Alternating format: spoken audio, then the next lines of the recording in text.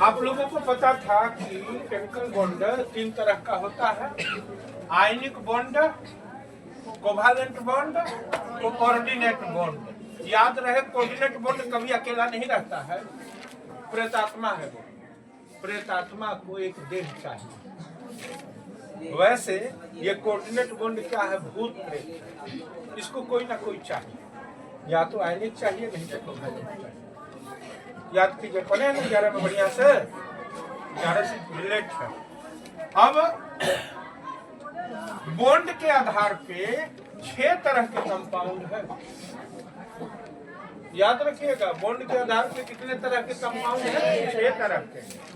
एक वह कंपाउंड जिसमें केवल आयनिक बॉन्ड हो, एक वह कंपाउंड जिसमें आयनिक बॉन्ड भी हो, कोवालेंट बॉन्ड भी हो, एक वह कंपाउंड जिसमें ionic bond, covalent bond and coordinate bond तीनों हो, एक वह कंपाउंड जिसमें आयनिक बॉन्ड हो और कोऑर्डिनेट बॉन्ड हो, एक वह कंपाउंड जिसमें कोवालेंट बॉन्ड भी हो, कोऑर्डिनेट बॉन्ड भी हो, और तीसरा जिसमें केवल कोवालेंट बॉन्ड हो। तो याद रहे आपको कि कोवालेंट कोऑर्डिनेट वाला और प्योर कोवालेंट कंपाउंड वाला में मॉलिक्यूल होता है। कैसे? अब मॉलिक्यूल में और आयन में कैसे भेद करेंगे तो समझिए बात को। हम लेते हैं एक छोटा सा एग्जाम्पल, पहले इसमें से किसी का, बोलिए किसको ले, किसी का ले लेते हैं। हम ले लेते हैं आयनिक कोवालेंट कोऑर्डिनेट को।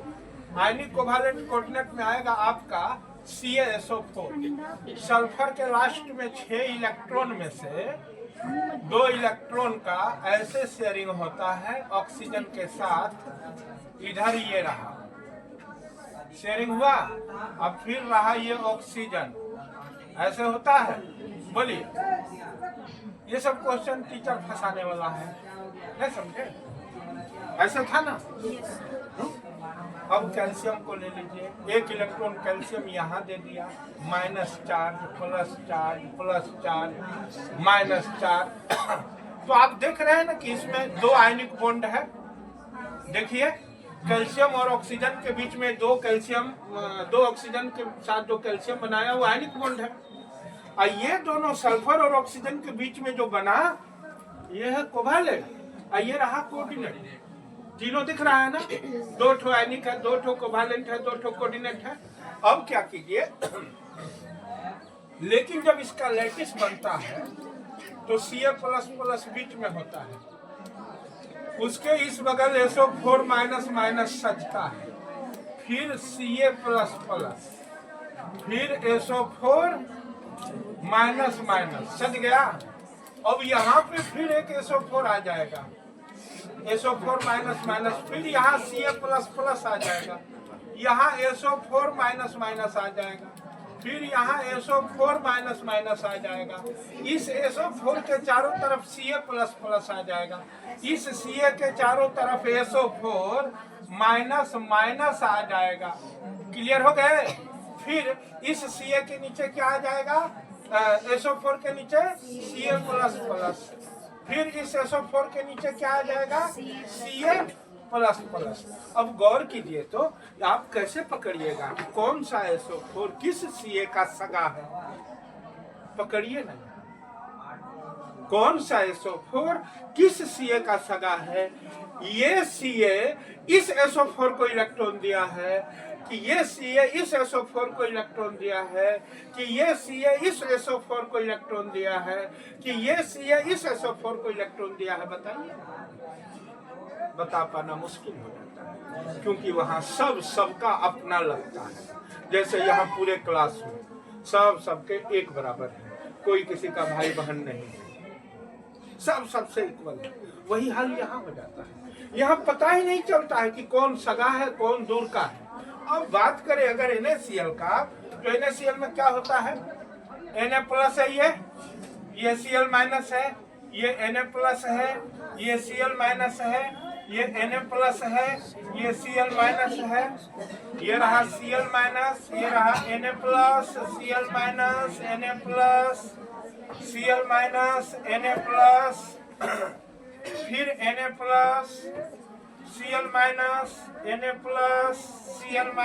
Na+, Cl-, Na+, Cl-। Clear हो गए?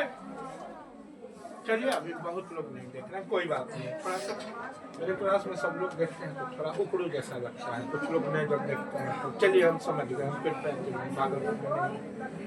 एने के जस्ट सामने सीएल, सीएल के जस्ट सामने एने के जस्ट सामने सीएल 3D में। अब तो 3D समझ में आ रहा है ना, ये लंबाई और चौड़ाई में हो गया, अब ऊंचाई में एने के बाद सीएल, सीएल के बाद एने, एने के बाद सीएल, ऐसे सजेगा। इस सीएल के यहाँ पे कौन होगा बाद में? एने, फिर उसके बाद में सीएल।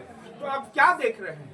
आप देख रहे हैं कि एक एने से अगल बगल में पूरब और पश्चिम सीएल तो है ही, आगे और पीछे भी सीएल है। जैसे इसी एने को ले लीजिए, एक सीएल इधर, एक सीएल इधर, एक सीएल इधर, एक सीएल इधर दिख रहा है, एक सीएल इधर है और एक सीएल बोर्ड के उस पार छेद करके जाइए वहां है। तो एक एने के साथ 6 सीएल है। अब बताइए तो उस 6 सीएल में एने ने किसको इलेक्ट्रॉन दिया है? बता पाना मुश्किल हो जाता है। इसीलिए हम लोग इसको आयनिक क्रिस्टलिन सॉलिड बोल देते हैं। इसमें मॉलिक्यूल नहीं होता है, अणु अनुपस्थित होता है। क्या होता है?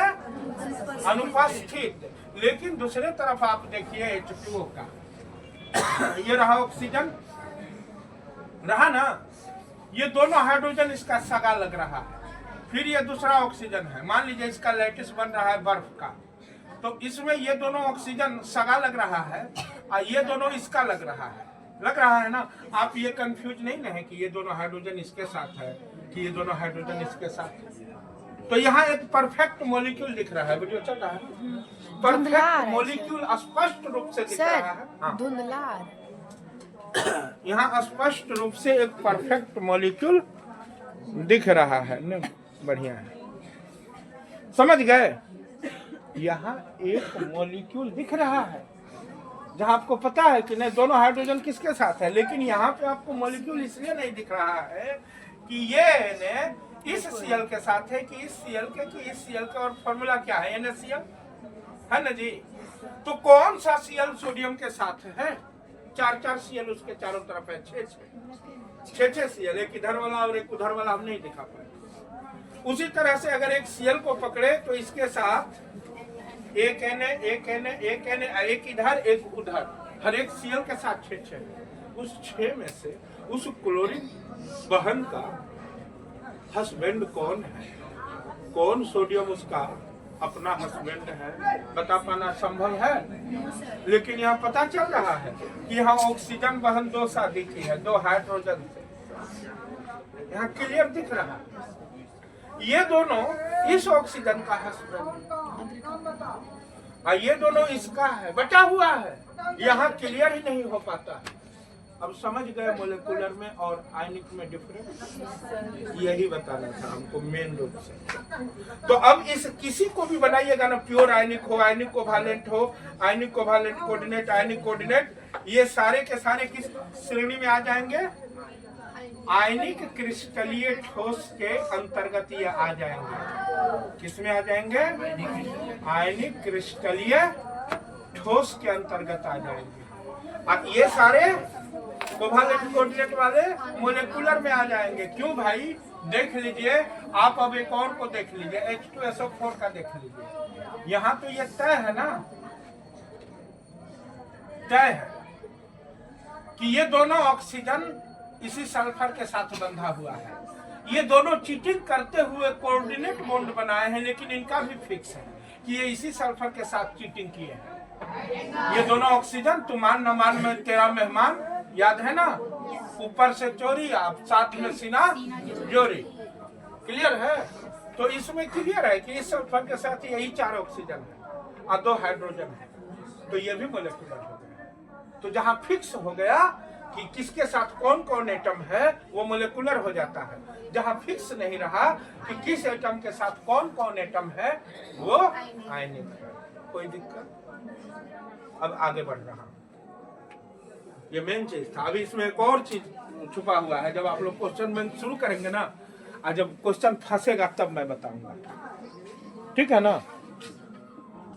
आपके सामने बहुत सारे कंपाउंड का फॉर्मूला है, इसमें से आपको मोलेकुलर और आयनिक क्रिस्टलिन सॉलिड पकड़ना है। कौन कौन पकड़ सकते हैं?